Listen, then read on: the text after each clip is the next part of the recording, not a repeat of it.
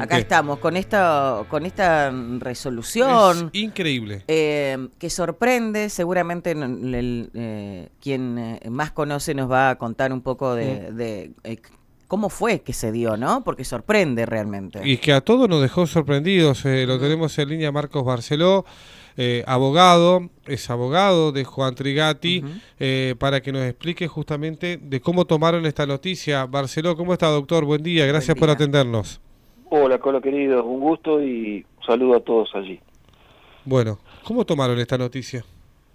No, yo a ver, obviamente que, digamos, el fallo de primera instancia es un fallo realmente inédito, digamos, quiebra una inercia condenatoria que había en este tipo de procesos, o sea que si vos me preguntabas, adelantame qué podría haber llegado a pasar, jamás lo podría haber hecho porque justamente el criterio predominante es ahora el de este fallo, no el de primera instancia. Entonces, bueno, aguardábamos con ansias a ver qué resolvía el tribunal. La verdad que fue un golpe muy duro para todos, para la defensa, para Juan y Fernanda, que quedaron devastados, pero después con las horas nos fuimos recomponiendo. La verdad que leer el fallo a mí me tranquilizó mucho. En el momento que me llamaste lo estaba estudiando, analizándolo por segunda vez. Ujú. Así que si querés que hablemos del tema, Sí, preguntame sí, lo sí, que... sí, no, por eso, a ver, ¿qué es lo que te dejó tranquilo de este segundo fallo? A ver, yo te digo sinceramente, cuando nosotros analizamos el primer fallo, la primera pregunta que nos hicimos fue cómo iban a hacer primero para apelar el fallo de primera instancia por la solidez del fallo, por la solidez de los fundamentos, ¿no? Que nosotros lo calificamos como un fallo absolutamente impecable. Y segundo, cómo iba a ser el tribunal si se basaba en esos agravios del bloque acusador para poder fallar en sentido contrario. Y realmente después de leer el fallo me di cuenta rápidamente que el fallo no logra conmover la solidez del fallo de primera instancia. Para nada. Si querés te hago un breve repaso Sí. de lo que dice el fallo. En primer lugar hace un análisis de la presentación de las 4 organizaciones que se presentaron como amicus curiae, y ahí toma una posición totalmente intermedia. Por un lado, cita un fallo de la Corte Suprema de Justicia de Santa Fe, el fallo CNO del año 2021, que rechaza una presentación de amicus curiae, justamente que en un proceso por violencia sexual intentaban que se revierta un fallo absolutorio. Entonces ese fallo, que es muy importante, lo toman, pero ellos dicen, sin embargo, nosotros tuvimos presente la presentación de los amicus curiae y leímos las presentaciones y sus recomendaciones se tuvieron en cuenta. Entonces, yo una vez que leo eso digo, bueno, a ver, cuando se hicieron las presentaciones de los amicus curiae, el tribunal ¿qué contestó? Téngase presente. O sea, no los constituyó como parte, porque obviamente tampoco era el momento procesal oportuno, sorpresivo luego del fallo de primera instancia, pero tampoco lo rechazó. Pero ahora el fallo, ¿qué es lo que dice? No, sí, los incorporamos y los leímos y lo tuvimos en cuenta. Eso me ha llamado muchísimo la atención, ¿no es cierto? Y al final del fallo el doctor Tizón refuerza esta idea de que fueron leídos los amicus curiae y que fueron tenidos en cuenta. Perdón, doctor, ¿qué Obviamente, es amicus sí. curiae? Amicus curiae es una figura que no está legislada en la provincia de Santa Fe. Ajá. Hay provincias como La Pampa en donde está regulado. Hay otros fueros en Argentina donde está regulado, que son organizaciones que se Ah, presentan amicus perfecto. curiae, amigos del tribunal, para dar una opinión científica al tribunal. Con respecto a ese tema. No, pero en su mayor medida aporta una mirada científica, no una mirada jurídica, porque la mirada jurídica Ujú. se supone que estamos hablando de personas altamente calificadas en todo Claro. lo que tenga que ver con el mundo jurídico. Entonces ellos aportan una visión científica. A ver, te puedo dar un ejemplo. En un caso de homicidio se presenta una organización que se dedica al tema de la pericia balística y es una organización reconocida a nivel Bien. internacional y da su mirada. Acá Perfecto. fueron 4 organizaciones, la más reconocida, mediáticamente la de Telma Fardín, que se presentan y dicen no estamos de acuerdo con el fallo Mm, por falta de perspectiva de género. Bueno, claro. fueron leídas, no se las tomó como parte para que sean escuchadas en la audiencia de segunda instancia, lo cual me parece correcto. pero tampoco dice que hayan sido rechazados. Después avanza sobre el tema del derecho de los menores a ser oídos. Claro. Bueno, en línea con la decisión que tomó en la audiencia, dice que entre el derecho del menor a ser oído y el derecho a no ser revictimizado, la Cámara adopta este criterio, es decir, que consideraron que haber presentado allí a esas dos niñas hubiera sido una revictimización absolutamente innecesaria. Ese es el segundo punto importante. Claro, en ese punto me quiero detener, porque Sí. nosotros hablamos con la doctora Walker, que es abogada querellante de una de las chicas, de las nenas, Sí. y lo que dicen que por fin, a ver, que no es que no habían sido oídas, sino como que las cámaras GESEL habían sido desestimadas porque no estaban bien tomadas.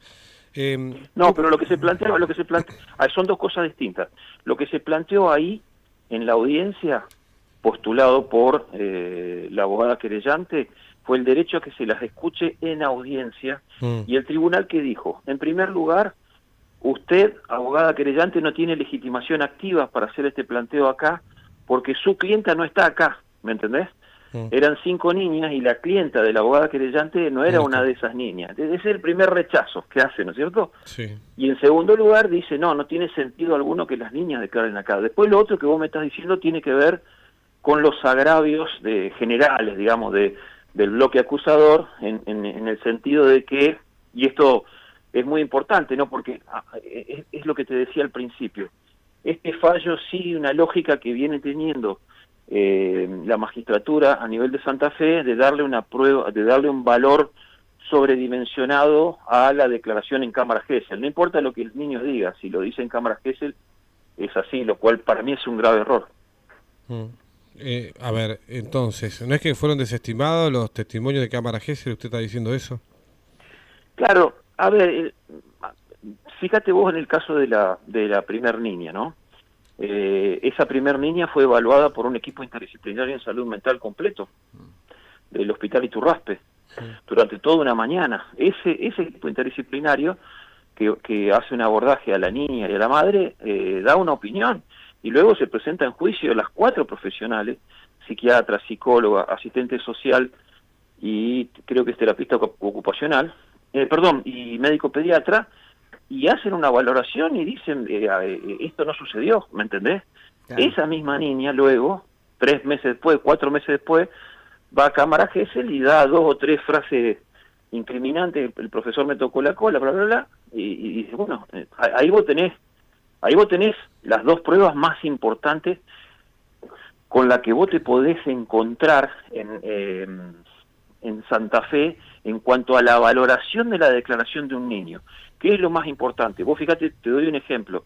En el fuero de familia, cuando hay casos de revinculación de padres que están impedidos de ver a sus hijos porque la madre lo impide, se da participación a un equipo interdisciplinario. No se le toma la cámara Gesell al niño para ver qué opina, si lo quiere ver al papá o no lo quiere ver al papá. No, hay un equipo interdisciplinario altamente calificado de la Corte, que pertenece al Poder Judicial, que no pertenece a las partes, que evalúa todo el contexto, no solamente la declaración del niño, evalúa la declaración de la madre, del papá, de los abuelos, de las maestras, de la psicóloga tratante, y con todo ello elabora un informe y se lo presenta al juez de familia. Ese informe no es vinculante para el juez de familia, y el juez de familia lo analiza y dispone, resuelve, sí, procede hacia revincularse o no conviene ahora por el momento, mientras dure el proceso penal, bla, bla, bla, bla, bla. ¿Estamos? Eso es algo que está contemplado para el proceso penal, pero desde el año 2014 ese equipo interdisciplinario no termina de conformarse, aparentemente por cuestiones presupuestarias. Entonces, ¿cómo se suplió esta mora que tiene el Poder Judicial en conformar este equipo, que es el que debería valorar acá a todas estas niñas? Primero se fueron con cámaras Gesell tomadas por entrevistadoras neutrales del Servicio Público de la Defensa, después del Ministerio de Derechos Humanos, y finalmente hay una práctica que para mí es absolutamente nociva, desde hace 4 o 5 años, ya se quedó como una práctica prácticamente incólume dentro de este tipo de procesos, que es las cámaras Gesell son tomadas por entrevistadoras psicólogas del MPA. lo cual es algo realmente que afecta el derecho de defensa en juicio, ¿no es cierto? Porque son psicólogas que trabajan para el MPA, que son empleadas del MPA. ¿Y creen que están, que están en el buen término como contaminadas, o por lo menos que están, justamente al trabajar juntos, como que tienen una ideología ya, una bajada de línea o algo de eso? No es un profesional neutral. A ver, de la misma manera, si yo tengo que hacer un informe pericial para la defensa, como lo hicimos contratando a un psicólogo forense muy reconocido de la ciudad de Buenos Aires. ¿Vos te imaginás que si el psicólogo forense me haga un informe contrario a lo que yo pienso? No, ¿no es cierto? Porque es un asesor de parte, digamos, yo lo contrato para que él me haga un dictamen que abone mi teoría defensista. No le estoy pidiendo que mienta ni que nada raro, realmente el tipo lo hace convencido.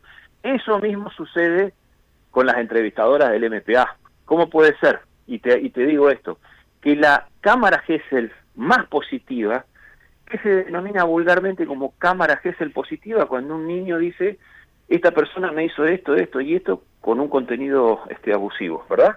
A eso se le denomina cámara Gesell positiva. La cámara Gesell más positiva de todas, la que tiene más contenido incriminante hacia el profesor Trigatti, es que nunca conoció al profesor Trigatti. ¿Me entendés lo que te digo, Colo? Sí. Es decir, vos no podés garantizar qué va a decir un niño, sobre todo cuando es un niño que ha sido muy influenciado por su entorno y no te olvides que había pasado 4 meses. ¿Y eso se puede comprobar, doctor?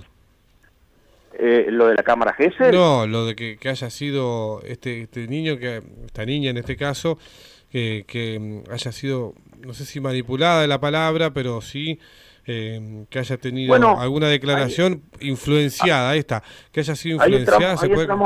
Ahí entramos en el tercer punto del fallo.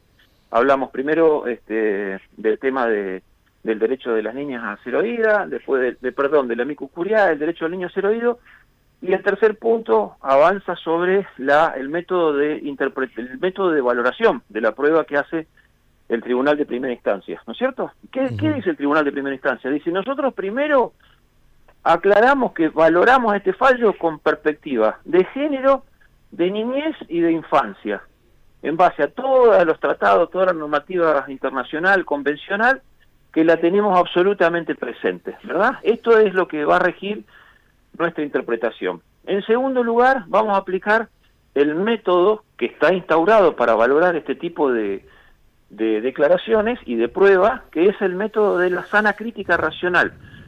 ¿Qué es el método de la sana crítica racional? Es un método valorativo de pruebas que tienen los magistrados, que se basan fundamentalmente en cuatro postulados básicos: las máximas de la experiencia, del sentido común, de la lógica y de la ciencia, ¿no es cierto? Entonces, ¿qué dice? Hace toda una valoración en base a esos principios, y el último de los puntos dice de la ciencia. Nosotros, en este punto de la ciencia, creemos que lo mejor para valorar estas declaraciones es tal método. Un método que se llama SBA, que es un método aplicado pacíficamente en forma internacional para este tipo de procesos y que está cuestionado también en Argentina, como está todo cuestionado, ¿no? Pero es el último punto. ¿Pudo haber evitado entrar ahí el tribunal de primera? Sí, pudo haber evitado haber mencionado eso y tal vez, porque la mayor crítica que hace el tribunal de segunda instancia es justamente sobre ese método. Pero el tribunal de primera instancia fue muy preciso al decir, esto es lo último que nosotros aplicamos, un método científico de psicología forense que se llama SBA. Y por otro lado, acá hay algo muy importante, Colo, que, digamos, hay un criterio que únicamente lo tiene la provincia de Santa Fe, y es que, merced a una enjundia, a una intensidad importante de la Fiscalía de Género del MPA, desde hace años que no se admite la prueba pericial psicológica forense a víctimas directas e indirectas en un proceso penal por violencia sexual. Es decir, no se puede investigar a la denunciante o a las víctimas, porque eso se considera en el fuero provincial de Santa Fe que es investigar o atacar a la víctima. Vos podés hacer una pericial psicológica forense sobre el imputado, pero no sobre las denunciantes o las víctimas.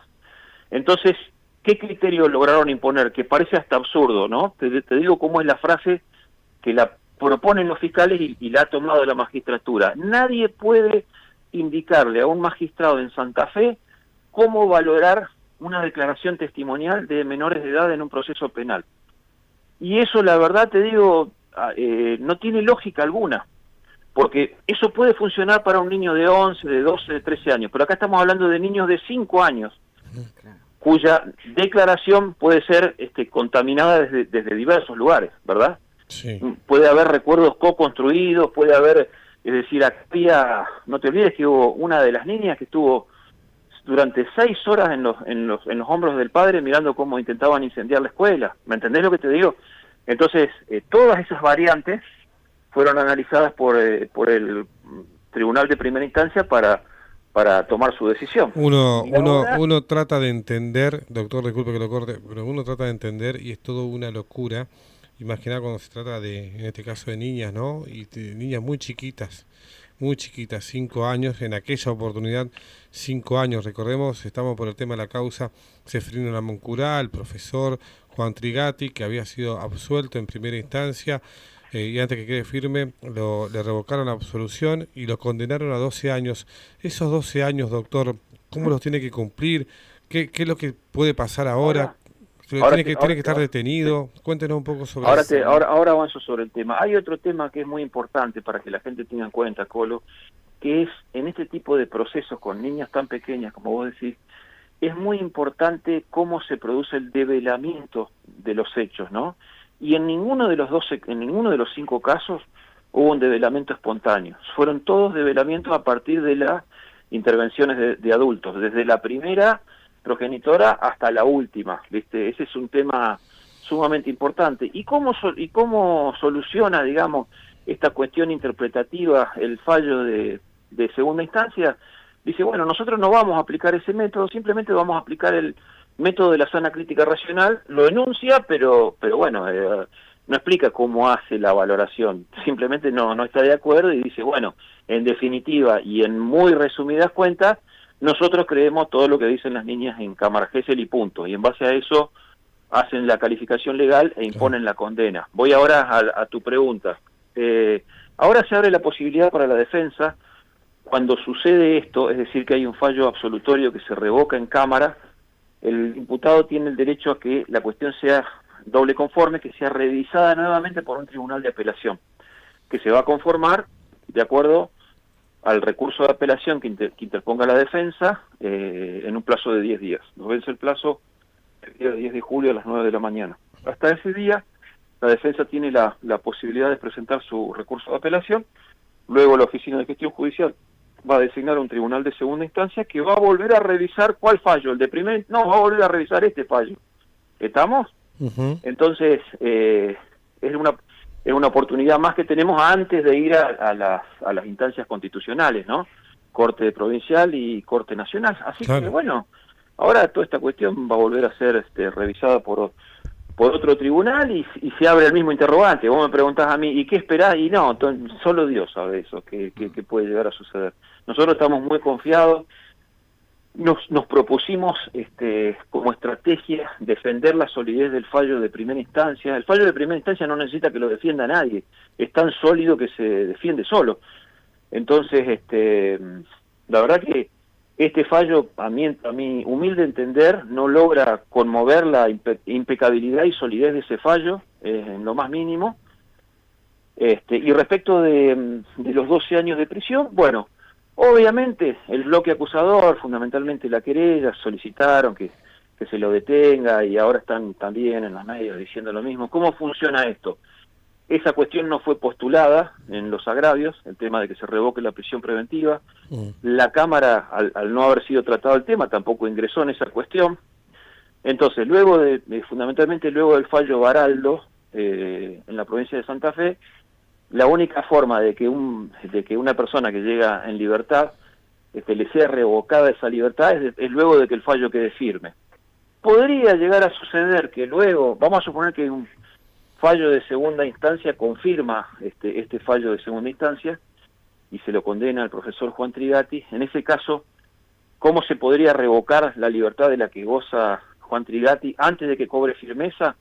Tendrían que solicitar una audiencia de revisión de la prisión preventiva artículo 225 del Código Procesal Penal de Santa Fe, y en ese caso se fijaría una audiencia con un juez de primera instancia que escucha a las partes, porque consideran que la persona debe estar detenida o en libertad hasta que el fallo adquiera firmeza, y ahí hay un juez que decidirá. No sé si recuerdan ustedes, después que la Corte, en el caso Baraldo, decidió que la persona debería debería estar en libertad hasta que el fallo cobre firmeza, le ordena a un juez de primera instancia que decida la cuestión, y van a una audiencia de primera instancia, y el juez Speculiac, un juez nuevo, un juez penal nuevo, de los últimos, ordena que no, que el proceso continúe con ellos en prisión preventiva. Eso es lo que podría llegar a suceder acá, entiendo yo, después del fallo que se vendría ahora, y por el caso de que sea condenatorio. Claro, entonces se tiene que discutir la prisión preventiva hasta ahora de Juan Trigatti. Eso se tiene que discutir. Que discutir la prisión preventiva después de esta instancia que tenemos ahora en Cámara de Apelación Penal. Si el fallo fuese condenatorio, se podría llegar y entiendo yo que el bloque acusador podría solicitar que la cuestión sea revisada por un juez de primera instancia en una audiencia con contradictorio, donde se escucha las partes, ¿no? Por último, doctor, ¿por qué hay tanta diferencia entre un fallo y el otro? Uno lo absuelve y el otro le da 12 años de condena. Bueno, hoy, mira, a la mañana estaba leyendo el fallo por segunda vez y pensaba lo mismo, ¿no? Que ¿cuál es la razón por la cual no hay votos en disidencia en el sistema penal acusatorio santafesino? Porque justamente lo que enriquece estos fallos para mí es la disidencia, ¿no? Uh-huh. No los fallos por unanimidad. Porque acá, ¿qué se está preguntando la comunidad? Uno lo ve en los comentarios en las redes. ¿Cómo puede ser que tres jueces por unanimidad lo encontraron inocente y 3 jueces por unanimidad lo encuentran culpable, ¿no? Sí, una locura. Es increíble. Y entonces, sí. Sí, no, es increíble, afirmamos lo que usted está diciendo, que eso es lo que piensa la gente. Sí, acá, este caso es increíble. Acá es muy importante el tema para mí, uno conoce a los jueces de primera instancia y camaristas, sé perfectamente que los camaristas no tienen la misma visión sobre la cuestión en general, no hablo de este caso, y para mí hubiera sido muy importante el voto en disidencia. Acá se abre otra cuestión también, Colo, ¿no? Que en el fuero de Santa Fe, cada vez que hay un voto en disidencia, luego es utilizado para un posible juicio político por el procurador de la Corte. Recordemos el fallo en disidencia del juez Mingarini en el caso del Tata Valdomir, que pensaba que debería haber recibido menos años. Eso fue utilizado por el procurador de la Corte después en el jury de destitución.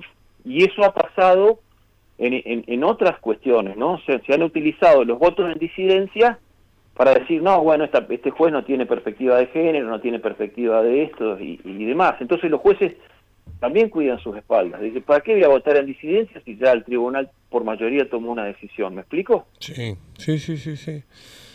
Realmente, bueno, primero gracias, doctor, por atendernos tan temprano. Sé que se levanta temprano. Igualmente gracias por atendernos y por explicar un poco la situación. La idea es escuchar a todos, es escuchar todas las campanas, porque más allá de lo que sea el comentario en la sociedad, hay jueces, hay personas capacitadas, usted dijo en un momento muy capacitadas, que tienen que resolver sobre la vida de una persona. Uh-huh. Y sobre la vida también de otras personas, como por ejemplo son en este caso las víctimas, que son criaturas que están en el medio de un bolonqui tremendo. Generado por adultos, Colo, la verdad que estas niñas no. Sí, a mí me duele de todas las formas, de cualquiera sea el fallo, ya sea a favor o en contra de Trigatti, hay que esperar justamente y tener fe en la justicia. Más allá de cualquier fallo, uno piensa en esas niñas por todo lo que pasaron, por todo lo que vieron. Vos lo dijiste en un momento, que quemaron la escuela, quemaron la casa de una persona, tuvieron que someterse a cámara Gesell, hablar con adultos, con un abogado, y realmente no se lo deseo a ningún niño que pase por todo esto. Doctor, gracias por atenderme. Te mando un fuerte abrazo. Por favor, gracias a ustedes. Y un último mensaje, fundamentalmente a la comunidad santafesina que acompañó en forma monolítica a la familia de Juan y Fernanda, decirles que están muy bien y que bueno, esto acá todavía no ha terminado como yo puse ayer en una publicación en mi red social, recién acaba de terminar el primer tiempo, el partido termina con el silbato final, falta el segundo tiempo, el alargue y los penales, falta mucho, y estoy muy confiado, tanto en la defensa mía como en la de mi colega que integra la defensa, la doctora Macarena Olivera. Estamos más que confiados en que va a salir todo bien. Gracias, doctor. Que tengan un buen día. Chao. Buen Igualmente. día, hasta luego.